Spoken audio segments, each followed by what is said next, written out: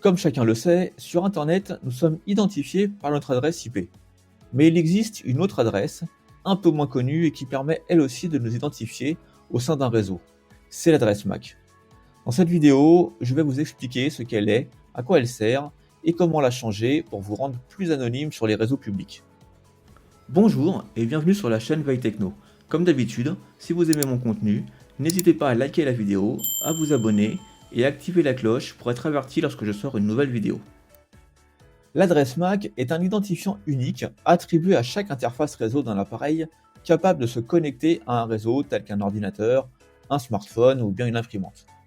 Elle est inscrite directement dans le matériel par le fabricant et permet d'identifier un appareil de manière unique au sein d'un réseau local.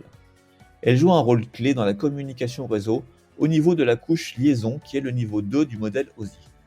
Si vous voulez plus de détails sur le modèle OSI, dites-le moi dans les commentaires et je vous ferai une vidéo spécialement dédiée à cela. Lorsqu'un appareil communique sur un réseau local, l'adresse MAC est utilisée pour diriger les données vers l'appareil correspondant. Elle est utilisée uniquement sur le réseau local et n'est pas visible en dehors. Sur Internet, c'est l'adresse IP publique qui est utilisée. Cependant, si vous vous connectez sur un réseau public comme le Wi-Fi d'un centre commercial par exemple, votre adresse MAC sera alors connue de ce réseau. Alors quel est l'intérêt de modifier cette adresse si elle n'est connue que par le réseau local? Eh bien en premier lieu, pour conserver un certain degré d'anonymat. Changer régulièrement son adresse MAC peut renforcer l'anonymat, notamment dans les environnements où votre adresse MAC pourrait être collectée pour vous suivre ou vous identifier. Conservons l'exemple de notre réseau public dans un centre commercial. Les points d'accès peuvent enregistrer votre adresse MAC pour analyser votre activité ou vous identifier lors de connexions futures. Certains magasins ou lieux publics utilisent les adresses MAC des appareils pour suivre les déplacements des clients via leur smartphone. Changer d'adresse MAC peut aussi éviter des restrictions temporaires. Certains réseaux limitent l'accès en fonction de l'adresse MAC, comme un quota de données ou une durée d'accès. Changer d'adresse MAC peut réinitialiser ces limites. Sur Windows, vous avez deux possibilités pour modifier votre adresse MAC, soit via la base de registre, soit via un outil tiers que je vais vous présenter. En premier lieu, on va se rendre dans une invite de commande pour découvrir son adresse MAC. Pour cela, on va se rendre dans le menu démarrer et on va simplement taper CMD. Et là, on va aller cliquer sur invite de commande. On va avoir cette petite fenêtre noire qui va s'ouvrir. Je vais la mettre un petit peu plus gros. Et on va taper la commande ipconfig/all. On tape entrée. Et là, on a plein d'informations qui s'affichent. On va aller retrouver notre carte réseau. Alors moi, j'en ai beaucoup, mais vous devriez en avoir beaucoup moins. On va aller identifier notre carte réseau. C'est celle-ci pour moi. Et on va aller chercher l'adresse MAC, qui se trouve ici sous le nom adresse physique. Elle se présente au format hexadécimal. Si vous ne connaissez pas ce format, sachez qu'en hexadécimal, on n'utilise que les caractères de 0 à 9 et de A à F. Ne mettez pas autre chose dans votre adresse MAC, ça ne fonctionnera pas. Maintenant qu'on a identifié l'adresse MAC, on va aller la modifier. Je ne vais pas vous montrer la méthode avec la base de registre, car elle est complexe et nécessite des prérequis qui peuvent pousser à l'erreur. On va donc se concentrer sur un outil gratuit qui se nomme Technitium MAC Address Changer. Pour cela, on va aller se rendre sur le site officiel. Je vous mettrai le lien dans la description, bien évidemment, et on va aller cliquer sur Download Now.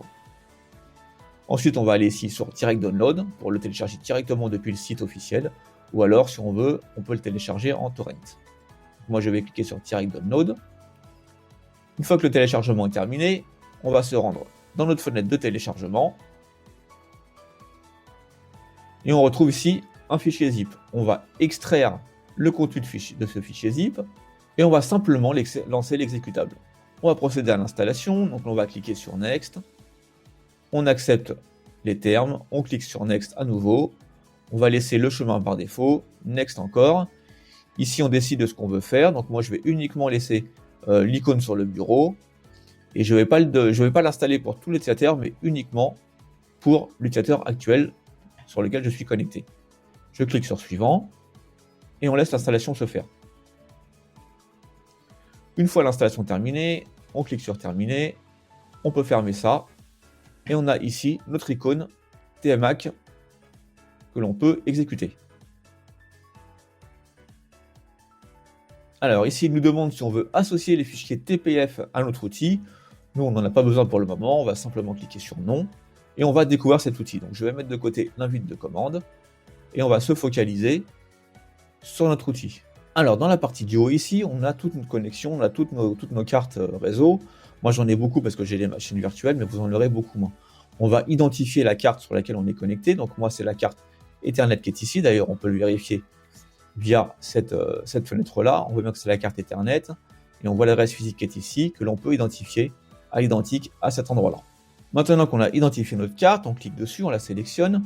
Vous voyez qu'ici en bas, on a un petit résumé. On a l'adresse MAC originale. Et on va aller générer une adresse aléatoire. Donc vous pouvez vous-même la choisir ou alors en générer une aléatoirement. C'est ce que je vais faire et vous voyez, j'ai généré une adresse aléatoire. En dessous, j'ai plusieurs options. Donc nous, ce qu'on va faire, c'est qu'on va laisser cocher Automatically Restart Network Connection. C'est-à-dire que lorsqu'on va appliquer la modification d'adresse MAC, il va tout simplement redémarrer la carte réseau afin de prendre en compte la nouvelle adresse MAC.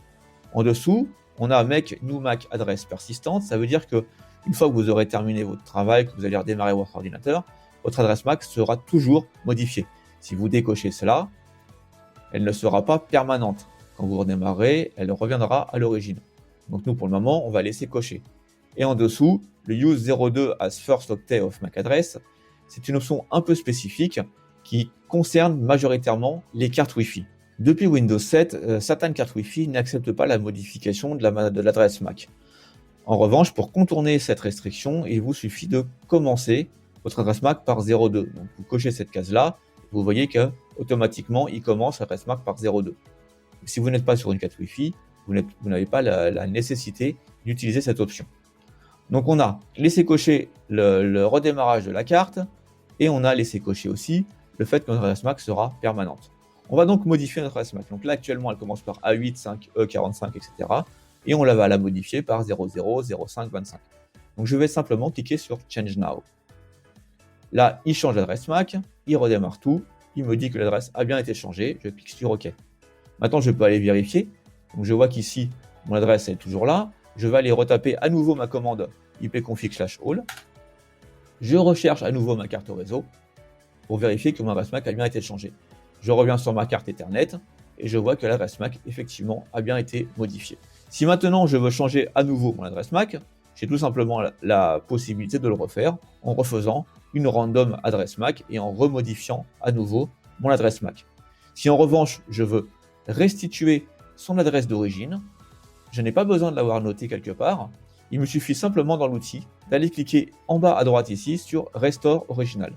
Je vais cliquer donc sur Restore Original, il me change à nouveau l'adresse MAC, c'est terminé, et là on voit bien que mon adresse MAC d'origine a bien été restituée. Alors comme vous avez pu le voir, c'est un outil qui est très simple d'utilisation. On a la possibilité de changer l'adresse MAC extrêmement facilement et de restaurer aussi l'adresse d'origine très facilement. Donc je le rappelle, cette adresse MAC là, quand vous naviguez sur Internet, elle n'est connue de personne. C'est uniquement dans un réseau local. Donc la seule adresse MAC qui va être connue de l'extérieur, ce sera l'adresse MAC de votre routeur, donc de votre box Internet. Donc, si vous êtes Orange, Free, SFR, c'est votre box qui va prendre le relais. Et donc c'est l'adresse MAC de la carte de votre box qui sera connue par votre opérateur, donc votre fournisseur d'accès. Mais en aucun cas les sites sur lesquels vous allez visiter. Si par exemple vous allez sur le site de YouTube, Google, n'importe quel autre site, ces sites-là n'ont pas accès à votre adresse MAC. En revanche, si vous vous connectez sur un réseau local, là vous ne passez pas par votre routeur personnel, donc ni par votre provider, vous allez passer par le réseau local de l'endroit où vous êtes, du réseau local dans lequel vous vous connectez. Et à ce moment-là, ce réseau local, lui, aura connaissance de votre adresse MAC.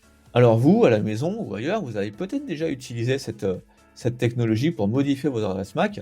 N'hésitez pas à me le dire en commentaire, je trouverais ça intéressant de savoir à quelle occasion vous avez eu besoin de changer votre adresse MAC et si vous avez utilisé un autre outil que celui-ci. C'est ici que notre vidéo se termine. J'espère qu'elle vous a permis d'enrichir vos connaissances. N'hésitez pas à vous abonner et à laisser un pouce bleu.